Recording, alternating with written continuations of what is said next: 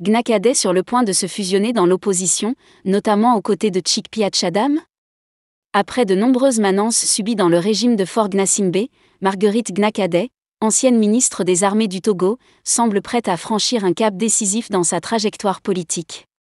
Autrefois figure clé du système Gnassingbé, cette femme de caractère, belle-sœur du président, a récemment multiplié les prises de position courageuses, dénonçant avec une vigueur rare les dérives autoritaires du régime. Sa voix, amplifiée par une tribune au vitriol publiée le 2 mai 2025, a secoué Lomé et relancé les débats sur l'avenir politique du Togo. Mais ce qui intrigue aujourd'hui, c'est la rumeur d'une alliance potentielle avec une autre figure emblématique de la résistance togolaise, Tchikpi Atchadam, leader du Parti national panafricain, PNP.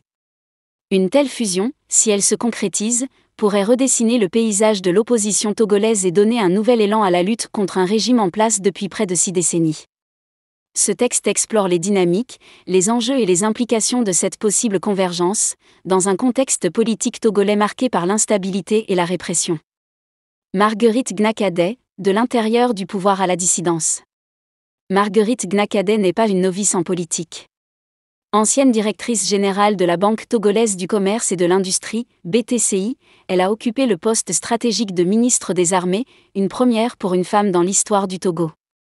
Proche de Faure Gnassingbé, elle a bénéficié de sa confiance pour mener à bien une réforme ambitieuse de l'appareil militaire togolais. En 2021, elle s'est illustrée en remaniant la hiérarchie militaire, notamment en écartant le puissant chef d'état-major général, le général Félix Abalo Kadanga, une décision qui a marqué les esprits et consolidé son image de « dame de fer ». Cependant, son départ du gouvernement, entouré de controverses, a marqué un tournant. Loin de se retirer dans l'ombre, Gnakadé a choisi de rompre le silence, critiquant ouvertement la gouvernance de Faure Gnassingbé. Le 2 mai 2025, alors que le Togo s'apprêtait à célébrer l'investiture de Gnassingbé comme président du Conseil des ministres, Gnakadé a publié une tribune cinglante sur les réseaux sociaux, dénonçant 20 ans de « gouvernance chaotique » caractérisée par une régression économique, un asservissement du peuple et une désespérance nationale. Elle a appelé à un « nouveau départ sans Faure Gnassingbé », une prise de position qui a résonné comme un désaveu public du régime auquel elle a jadis appartenu. Plus récemment, le 26 mai 2025, elle a exigé la libération de prisonniers politiques, citant des figures comme Pacha Gnassingbé, son propre beau-frère, détenu depuis plus de 15 ans, ainsi que des militants du PNP et d'autres activistes. Ces sorties publiques, rares pour une ancienne figure du sérail, témoignent d'une rupture définitive avec le régime RPT-UNIR. Tchikpi Atchadam, le fer de lance de la contestation populaire. De son côté, Tchikpi Atchadam incarne une opposition plus radicale et ancrée dans la mobilisation populaire. Juriste et anthropologue, Atchadam a émergé comme une figure centrale de l'opposition togolaise depuis la création du PNP en 2014. Basé à Sokodé, dans la région centrale du Togo, il a su mobiliser les foules, notamment lors des grandes manifestations de 2017, qui ont ébranlé le régime Gnassingbé.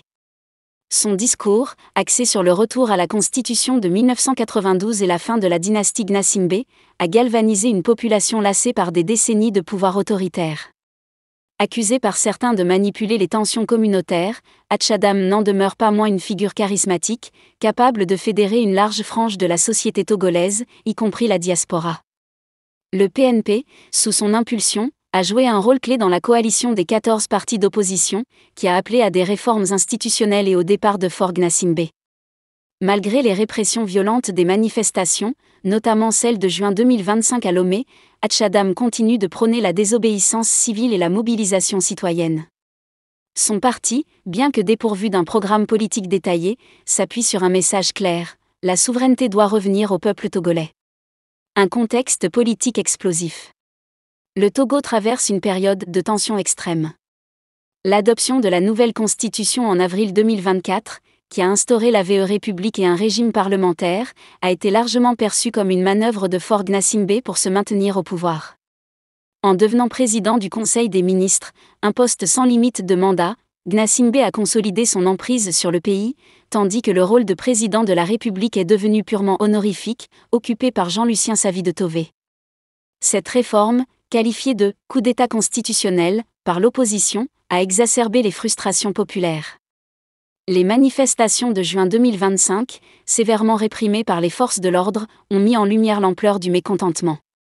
L'arrestation de dizaines de personnes, dont des figures comme l'artiste Amron, transférées dans un hôpital psychiatrique, et la détention prolongée de militants du PNP et d'autres activistes, ont renforcé la détermination de l'opposition.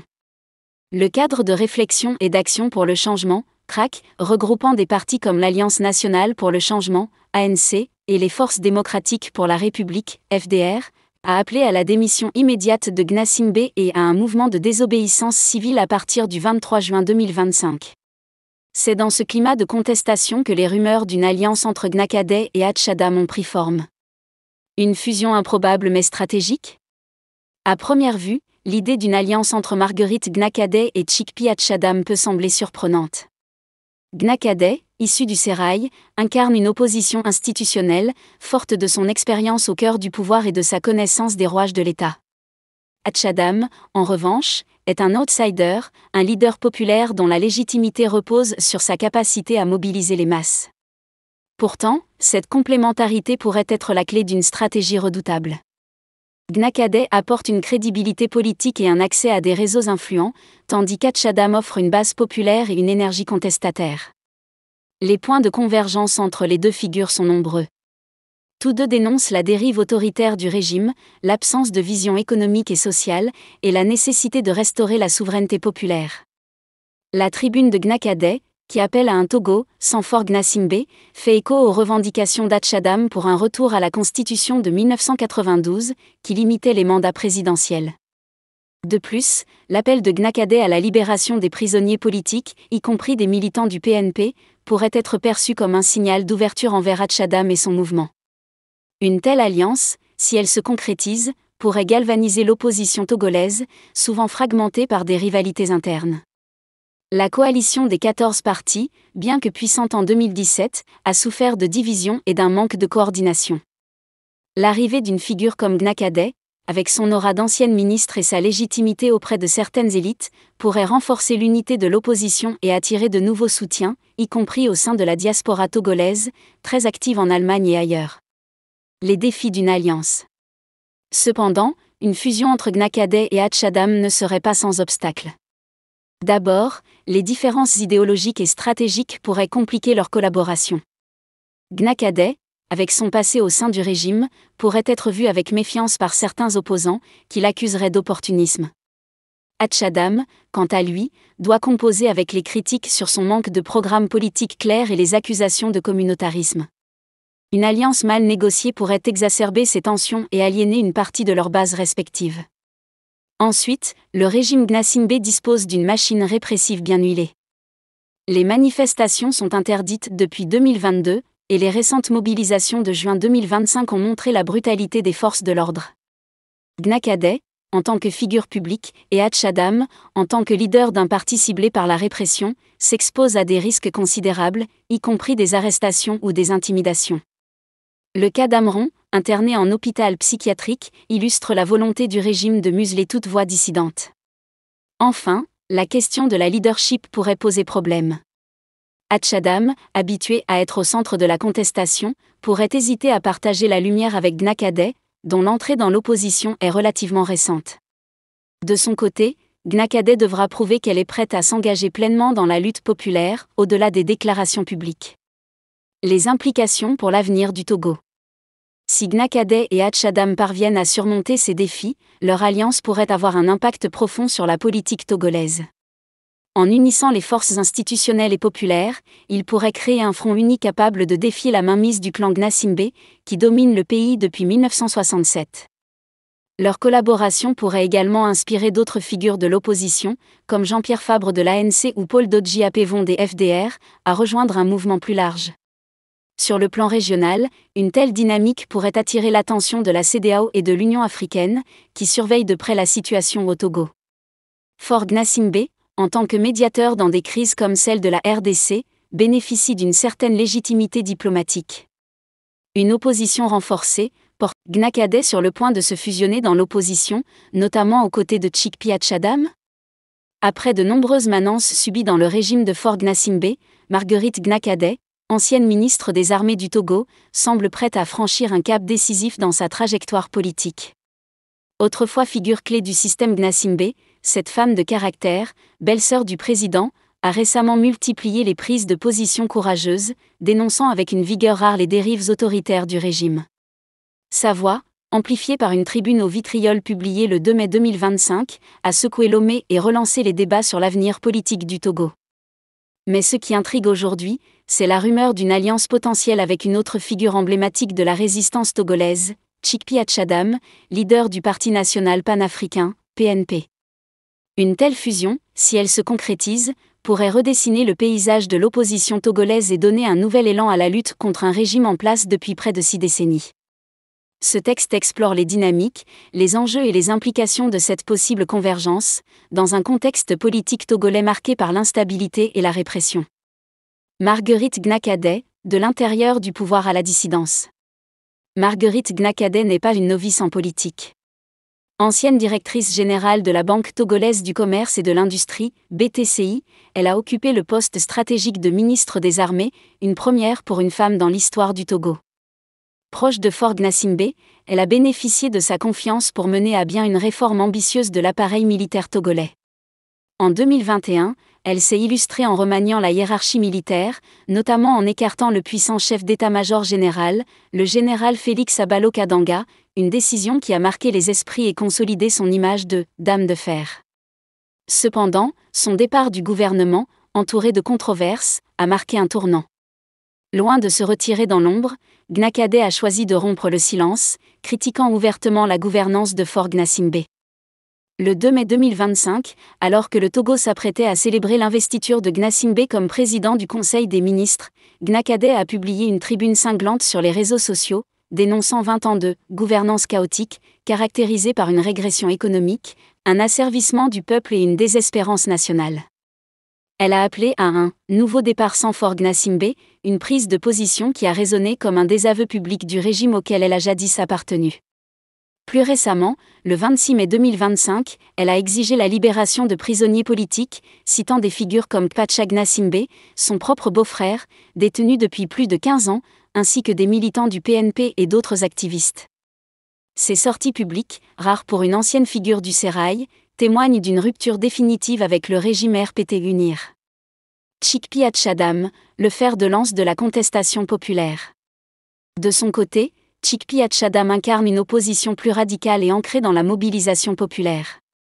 Juriste et anthropologue, Achadam a émergé comme une figure centrale de l'opposition togolaise depuis la création du PNP en 2014. Basé à Sokodé, dans la région centrale du Togo, il a su mobiliser les foules, notamment lors des grandes manifestations de 2017, qui ont ébranlé le régime Gnassingbé. Son discours, axé sur le retour à la constitution de 1992 et la fin de la dynastie Gnassingbé, a galvanisé une population lassée par des décennies de pouvoir autoritaire.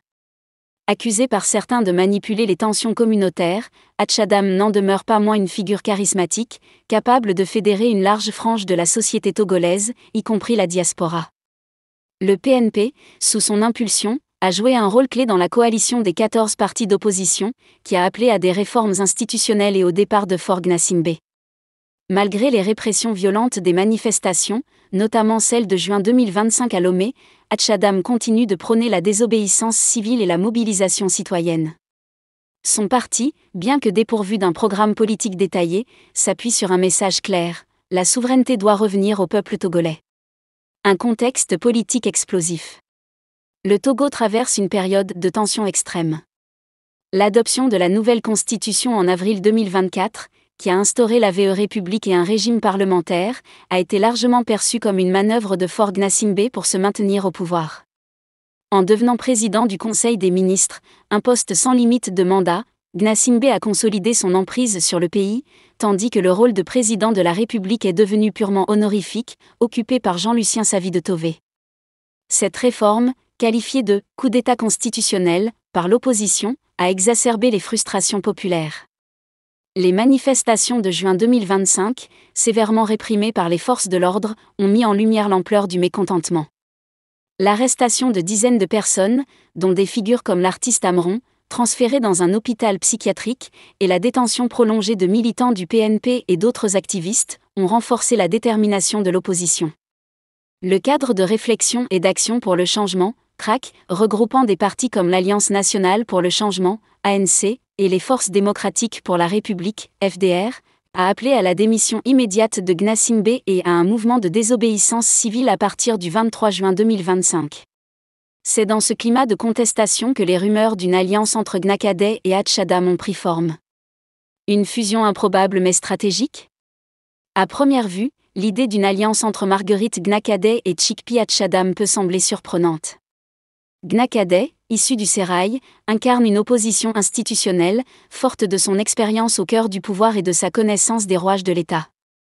Hatchadam, en revanche, est un outsider, un leader populaire dont la légitimité repose sur sa capacité à mobiliser les masses. Pourtant, cette complémentarité pourrait être la clé d'une stratégie redoutable. Gnakadey apporte une crédibilité politique et un accès à des réseaux influents, tandis qu'Hatchadam offre une base populaire et une énergie contestataire. Les points de